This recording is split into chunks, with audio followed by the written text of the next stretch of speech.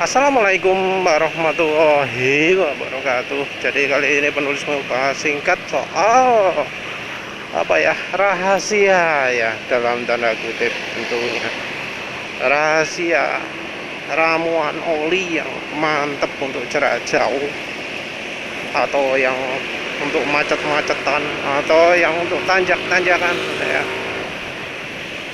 Jadi kalau oli sekarang ya yang penulis pakai itu, oli itu pasti umurnya jadi lebih awet ketika dicampuri minyak goreng. Oli apapun itu ya, mau yang harganya 25.000 per liter sampai yang 250.000 per liter, itu kalau dicampuri minyak goreng pasti jadi lebih baik.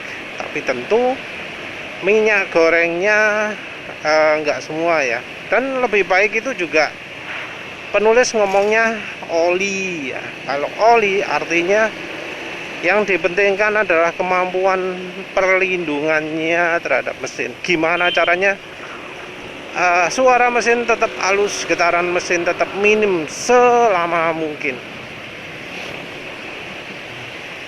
Karena fokusnya beda-beda ya. Ada yang pakai oli biar motornya kencang, mobilnya kencang. Nah, fokus penulis bukan itu. Fokus penulis adalah ya gimana caranya suara mesin tetap halus. Kalau untuk soal performa ya pakai cara lain lah, pakai yang di bensin ya. Jadi ya mungkin ada yang merasa cocok pakai minyak goreng seperti Fresh Bell, Sabrina ya, untuk mendapatkan performa kendaraan jadi lebih irit ya, boleh lah.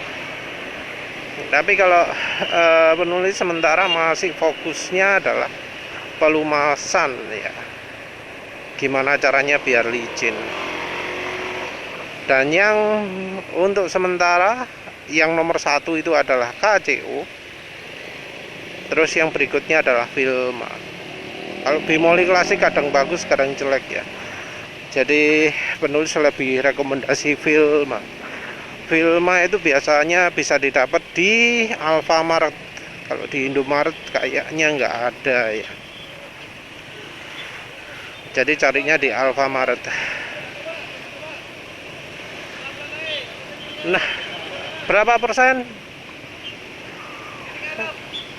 Selalu ya, untuk awal itu lebih baik 10%, terutama kalau motornya motor laki atau kalau pakai mobil.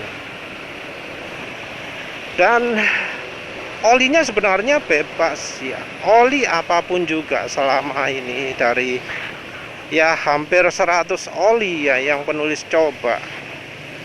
Hampir dari 100 oli ini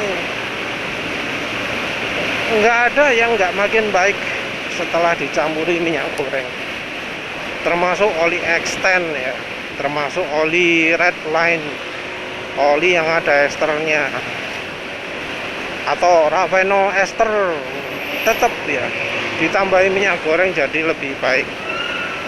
Ternyata ada sedikit beda antara minyak goreng dan ester ya.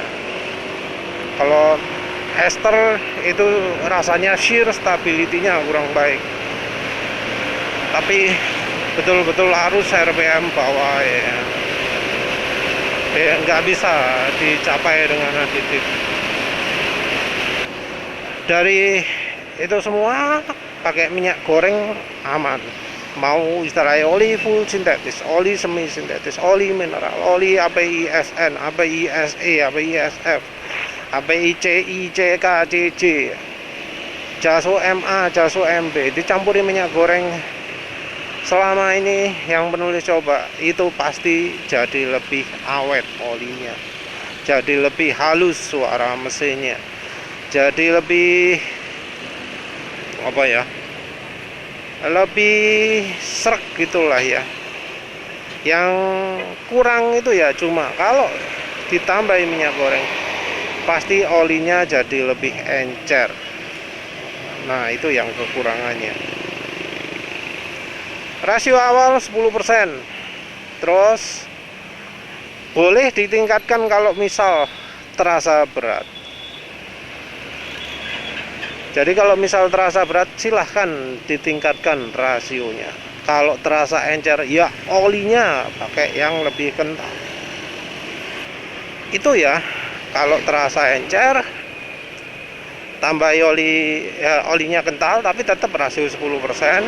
Kalau terasa kental tambahi biar jadi encer.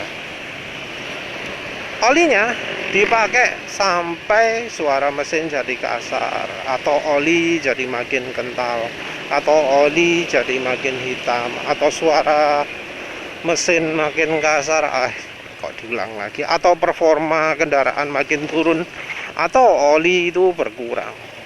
Jadi ya kita gantinya nggak pakai acuan kilometer ya, nggak pakai acuan jarak ataupun bulan ya.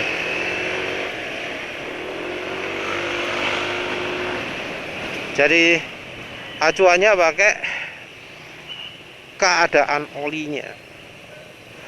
Penulis kasih rekomendasi ini karena keadaan kendaraan beda-beda ya. Jadi kondisi mesin tiap orang itu beda-beda, sejarah pemakaiannya beda-beda. Pernah ada yang dikasih oli jelek, ada yang selama ini pakai oli nggak pernah jelek. Cara pakainya juga sudah oli jelek, sering telat lagi. Ada yang olinya nggak begitu jelek, ganti olinya cepet banget gitu ya. Nah, untuk pasnya ya itu memperhatikan dari kondisi oli. Kalau kita lihat dari profesional sendiri, ganti oli itu tidak berdasarkan kilometer ya, tapi dianalisa pakai uji sampling, pakai uji lab. Dilihat apakah kondisi olinya ini masih layak untuk dipakai terus atau tidak. Jadi ganti oli nggak asal, ganti oli itu pakai acuan atau rekomendasi dari lab. Jadi ganti oli bukan kita yang menentukan, tapi labnya. Kalau yang benar caranya seperti itu. Tapi kan ya kita nggak bisa atau melakukan seperti itu. Lagi pula kalau untuk motor oli diambil 50 ml. Wah, ya wis kalong banyak kalau dilakukan tiap berapa, misalnya tiap 500 km. Nggak bisa. Pemakaiannya itu ya. Aditif apa lagi? Penulis rekomendasi PDMS ya. PDMS itu adalah minyak silikon yang fungsinya adalah untuk aditif anti buih. Jadi penambahan zat yang lebih lebih polar, solvensinya lebih banyak, itu meningkatkan kemungkinan terjadinya buih juga. Karena jadi jadi pas gitu. Solvensi itu sesuatu yang sangat dibutuhkan untuk pembersihan atau kebersihan mesin. Tapi ya itu tadi mudah menyebabkan buih. Nah, pakai PDMS atau minyak silikon itu akan mengurangi resiko buih.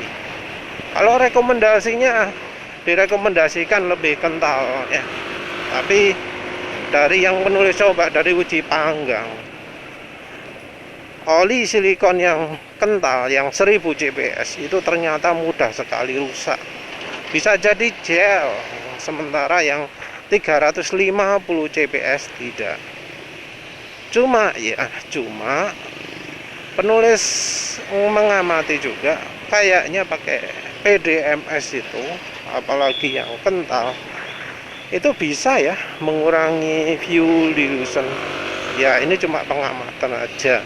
Warna olinya jadi nggak begitu hijau, tapi ya lihat aja lah ini ya. Ini nggak bisa dilihat soalnya warna oli ini wes kadung campur gas oli G1000. Warna oli ini merah tadi nih, nggak bisa dilihat hijau apa enggaknya, tapi lihat aja lah nanti masih kelihatan warna hijau atau enggak. Nah, selain dari PDMS adalah menambahkan oli samping. Dan menambahkan oli samping ini sebenarnya hanya untuk oli yang kalau misalnya dibiarkan RPM rendah lama itu suara mesin nggak makin halus. Kalau dipakai gaspol lama itu suara mesin nggak makin halus.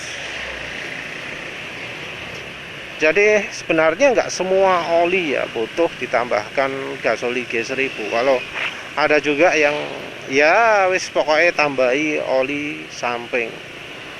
Mengapa kok oli samping? Penulis ya jelaskan di video terpisah. Yang jelas kalau menurut penulis oli samping itu efeknya jauh lebih besar daripada additif aftermarket macam Skyfer Moly EP, macam Lupro, semacam Nano Energizer, macam Ceratec WPP 2111 gitu ya. Efeknya beda, efeknya jauh lebih besar. Nah, kalau yang efeknya beda ada lagi Sado XGR yang sasetan ya, soalnya murah. Kalau yang nggak sasetan mahal. Sado XGR ini bisa membantu meningkatkan kerapatan mesin. Jadi mesin jadi makin rapat, terutama soal bearing. Bearing oblak bisa jadi nggak oblak. Penulis ini motornya beberapa kali ya pakai oli jelek sehingga jadi koplak oblak gitu ya. Bukan dari slidernya, karena bunyi slider beda lagi. Setelah pakai Sado jadi rapat lagi.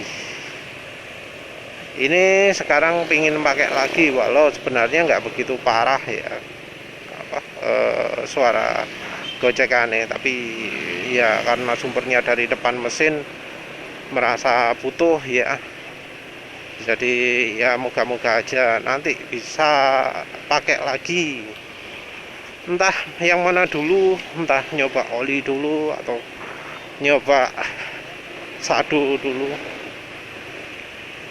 Kalau pakai Sado XGR itu harus oli yang aditifnya minim ya. Jadi meseran saya 40 pilihan penulis, dan minyak goreng kalau untuk penulis 20%. Kalau misal pakai meseran B40 atau meseran super atau oli lainnya, misalnya oli HDO, PCMO, nggak bisa ya pakai satu saset, harus pakai 3 saset untuk oli 1 liter. Menurut penulis kayak gitu, karena kalau satu saset karena efeknya, tapi kalau pakai meseran itu ada efeknya. Kalau sudah pakai Sado jangan pakai oli samping, karena nanti mengganggu kerja Sadonya. Kalau sudah pakai Sado jalannya ya ojo banter-banter.